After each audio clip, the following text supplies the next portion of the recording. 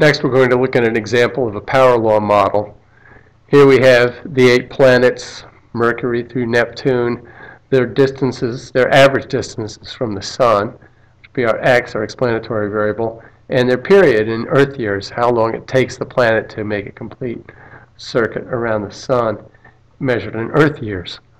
Okay, I put the data in the calculator, and I made a scatter plot of the data. And the scatter plot is somewhat curved. It's not straight. The smaller planets, Mercury, Venus, Earth, and Mars, are all kind of grouped together down here near the origin, and then the gas giants are spread out quite a bit. But there's some curvature to that scatter plot, and a linear model would not be appropriate for these data. Now, when you look at that, you can't really tell if an exponential model or a power law model will be appropriate. So what you can do is first is to log the y values and see if that straightens the scatter plot. It would be nice if we could do our little ratio test for an exponential model, but our x values are not evenly spaced, so that's kind of out of the question in this case. So what you do instead is you log the y values and see if that straightens the scatter plot. And if it does, then you go ahead and treat this as an exponential case. And if it doesn't, log the x's also. So let's see what happens. Okay, I'm going to log the y values. So I'm going to go log of list 2, and I'm going to store that in list 4. And then I'm going to change the specification of my scatter plot so that instead of using list 1 and list 2, I'm now using list 1 and list 4. And I'll go zoom 9 and see what I get. And as you can see, that is a very radically curved graph, and that's definitely not what we want. That's made the problem worse, actually. So an exponential model would not be appropriate here. So let's try logging both the x's and the y's. We'll log the x's, and we'll store those in list 3. And then we'll make our scatter plot for list 3 and list 4. And then we'll see what happens with that. As you can see, that straightens the scatter plot very nicely, and it also spaces the data values more evenly.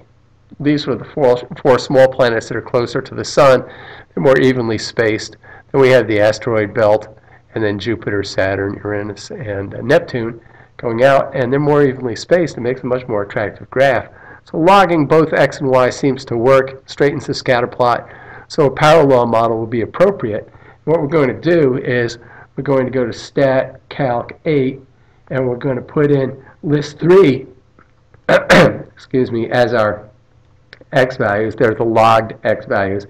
And list 4 are logged y values, and then we can store this in the on the y equals screen as y1.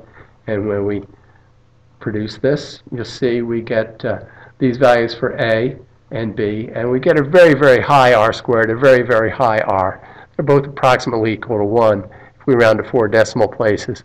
So this model fits the data, or at least the logged values of the data, almost perfectly. Now, the model that we get from here is the log of y hat is approximately equal to negative 2.9552 plus 1.5010 times the log of x. Okay, this is a linear relationship between the log values of y and the log values of x.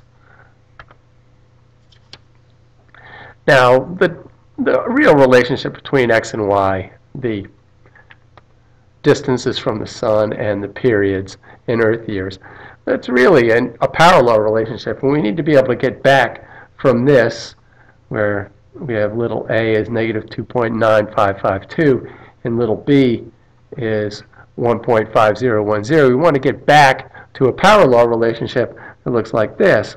Y hat equals a times x to the b power. We've got capital A here and capital B here.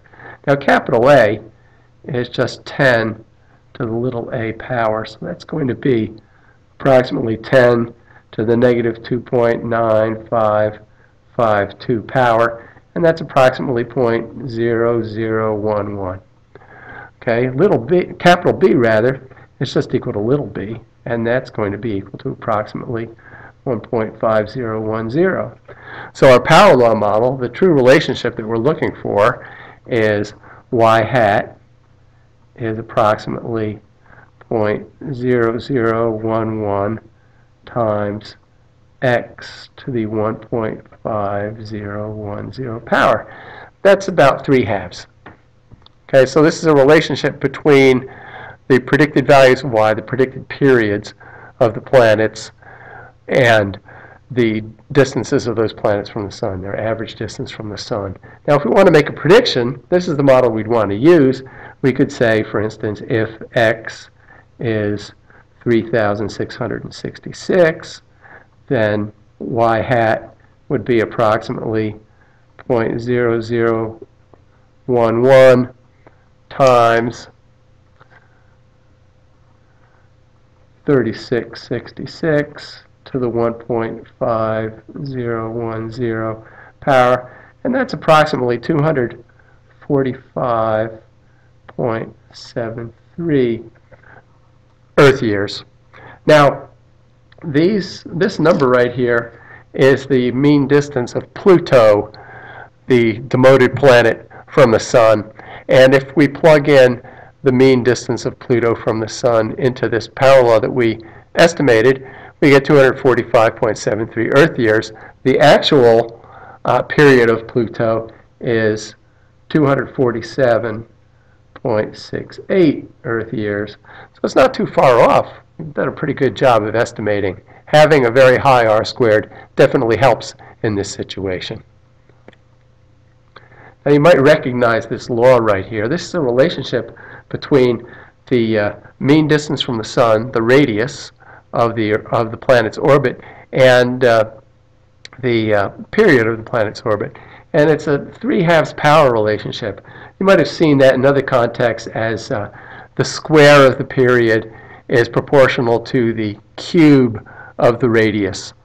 That is what we get if we square both sides of that equation right there.